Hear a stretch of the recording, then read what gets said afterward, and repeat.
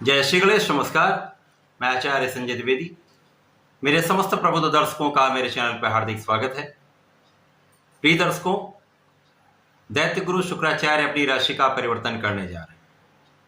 19 मई को प्रातःकाल 8:30 पर शुक्राचार्य अपनी राशि का परिवर्तन करके मंगल की मेष राशि से निकलकर स्वयं की वृषभ राशि में प्रवेश करें। अब जब भी किसी ग्रह का स्वयं की राशि में प्रवेश होता है तो उसका बल कई गुना बढ़ जाता है, क्षमता में वृद्धि हो जाती है, उसका प्रभाव निश्चित रूप से अत्यंत सकारात्मक हो जाता है। अब इस भौतिक जगत में समस्त सुखों को देने वाले शुक्राचार्य जो ऐश्वर्य वैभव के स्वामी हैं, सुख संपदा देते हैं, धन संपत्ति ऐश्वर्य वैभव प्रदान करने वाले, प्रेम के कारक शुक्राचार्य, ऐश्वर्य के कारक शुक्राचार्य, सौंदर्य के कारक शुक्राचार्य, जीवन के जितने भी बड़े सुख हैं, बड़ी इंडस्ट्री है, बड़ा व्यापार है, कला जगत में बड़ा नाम है, वो समस्त सुख शुक्राचार्य के द्वारा ही प्राप्त होता है। कला जगत में जितना भी बड़ा नाम होता है, कला जगत में जितना भी आप ग्रोथ करते हैं, उसका मुख्य ग्रह शुक्राचार्य। तो शुक्राचार्य का जब स्वयं की राशि में प्रवेश होगा तो एक महाराजयोग का निर्माण होगा, जिसे मालव्य योग कहते हैं। ये ऐसा यह राजयोग है जो पंच महापुरुष राजयोग है, जीवन के समस्त सुखों का उपार्जन कराता है। तो निश्चित रूप से एक बड़ा परिवर्तन है। अब शुक्राचार्य का जब वृषभ राशि में प्रवेश होगा तो उस समय पहले से ही वृषभ राशि में गुरुदेव बृहस्पति का गोचर चल रहा है, यहाँ पर सूर्यदेव भी होंगे। तो प्रारंभिक समय से ही वृषभ राशि में त्रिग्रही योग का निर्माण होगा, जो अत्यंत श्रेष्ठ प्रभाव देने वाला है, क्योंकि यहाँ पर दो गुरुओं का आपसी संबंध बनेगा, जिसके कारण एक शंख नामक महाराज योग का निर्माण होगा। सूर्य और शुक्राचार्य का रवि शुक्र योग बनेगा। इसी प्रकार से इस माह के अंत में 31 मई को जब बुध का राशि परिवर्तन वृषभ राशि में हो जाएगा तो यहाँ पर बुध, शुक्र, सूर्य और गुरुदेव बृहस्पति का चतुर्ग्रही योग बन जाएगा। निश्चित रूप से एक महाराजयोगों का निर्माण होने जा रहा है। अब आपको अपने जीवन में इन महाराजयोगों का लाभ अवश्य मिलेगा। आज मैं मिथुन राशि के लिए शुक्राचार्य के राशि परिवर्तन का किस प्रकार का परिणाम प्राप्त होने वाला है, कौन से भाव में प्रबलता आएगी, किस प्रकार से आप लाभ ले सकते हैं, इस समय में कैसे आप समय को उपयोगी बना सकते हैं, लाभान्वित करने वाला बना सकते हैं, संपूर्ण विश्लेषण मैं पूर्ण तर्क के साथ करने जा रहा हूं। प्रिय दर्शकों, ये राशिफल आपके चंद्र राशि पर आधारित है, अर्थात आपकी जन्म कुंडली में यदि 3 नंबर में चंद्रमा है तो आपकी मिथुन राशि। मिथुन राशि बुध की राशि है। यहाँ पर इस माह में ही बुध और शुक्र का आपसी संयोजन भी बनेगा। शुक्राचार्य वृषभ राशि में मालव्य योग में पहुंचेंगे। निश्चित रूप से एक लक्ष्मी योग का निर्माण होने जा रहा है, जो महाधनदायक योग है। अब मिथुन राशि के लिए यदि अवलोकन करें तो शुक्राचार्य यहाँ पर द्वादश के स्वामी है, वैभव के स्वामी तथा आपके पंचम के अर्थात ज्ञान के स्वामी। व्ययेश और पंचमेश का गोचर द्वादश भाव में हो रहा है, स्वयं की राशि में हो रहा है, जहां पर शुक्राचार्य को कार्यकत्व प्राप्त है। इस समय में जो लोग मातृ स्थान से दूर हैं उनके लिए विशेष योग बन रहे हैं, महालाभ के योग बन रहे हैं। निश्चित रूप से इस समय में आपके ऐश्वर्य वैभव में वृद्धि होगी, आपका कार्यक्षेत्र प्रगति करेगा। जो लोग विदेश में रहकर उच्च शिक्षा प्राप्त करना चाहते हैं उनके लिए विशेष योग बन रहे हैं, आप उच्च शिक्षा विदेश में रहकर प्राप्त कर सकते हैं, या मातृ स्थान से दूर जाकर एक अच्छी शिक्षा आप ग्रहण कर सकते हैं। जो लोग विदेशी व्यापार में हैं, विदेश से संबंधित हुए कार्य में हैं, विदेशी सेवाओं में हैं, उनके लिए महालाभ का योग बनेगा, उनके लिए पद की प्राप्ति का योग बनेगा, उनके लिए धन की प्राप्ति का योग बनेगा, उनके लिए यहाँ पर विशेष रूप से प्रगति का योग बन रहा है। शुक्राचार्य का द्वादश में होना आपके व्यय में कुछ वृद्धि अवश्य करेगा।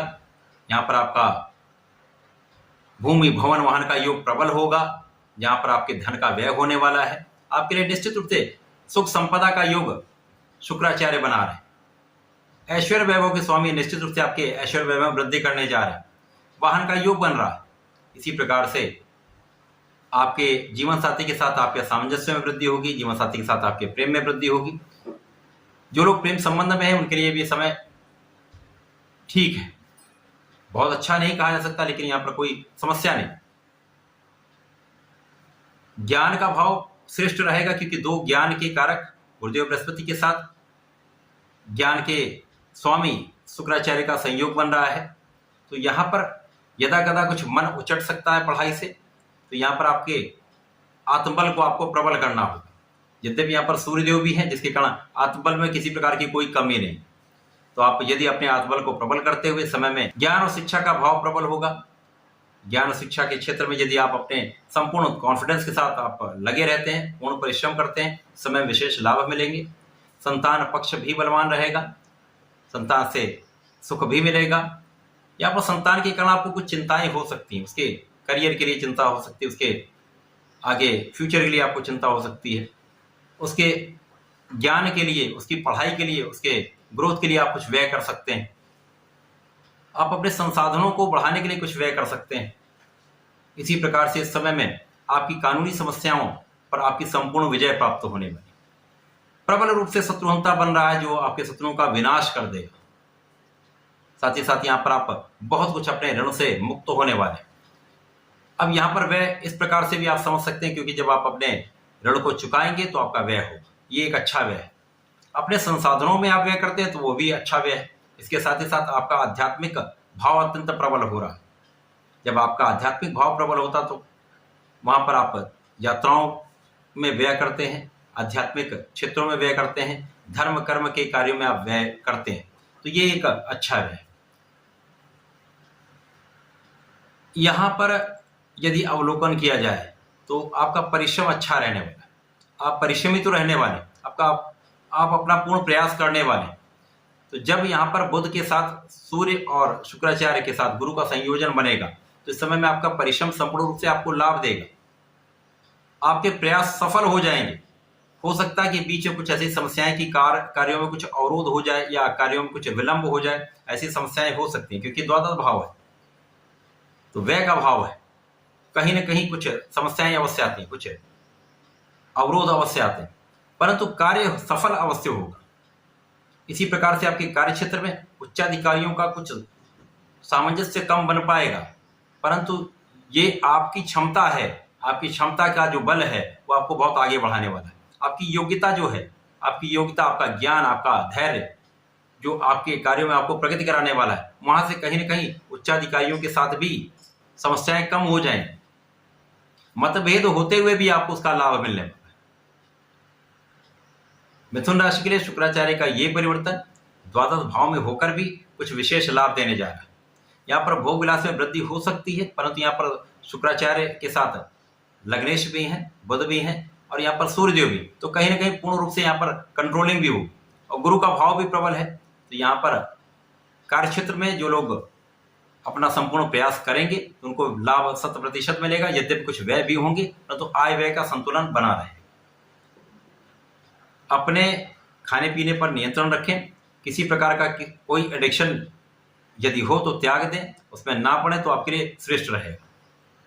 बाकी समय में कोई विशेष समस्या नहीं है। इस समय में आपको नियमित रूप से भगवान गणपति के शरण में रहकर संकरनाशन गणेश स्तोत्रम का पाठ कम से कम एक बार नित्य करना ही चाहिए। ओम गंग गणपतये नमः का यदि एक माला का जप नित्य करते हैं तो कोई समस्या नहीं आएगी। जब समस्या कुछ होती भी है तो वो आसानी से आप उससे पार पा लें। तो ऐसा करके इस समय का उपयोग करें, लाभ लें। धन्यवाद, नमस्कार।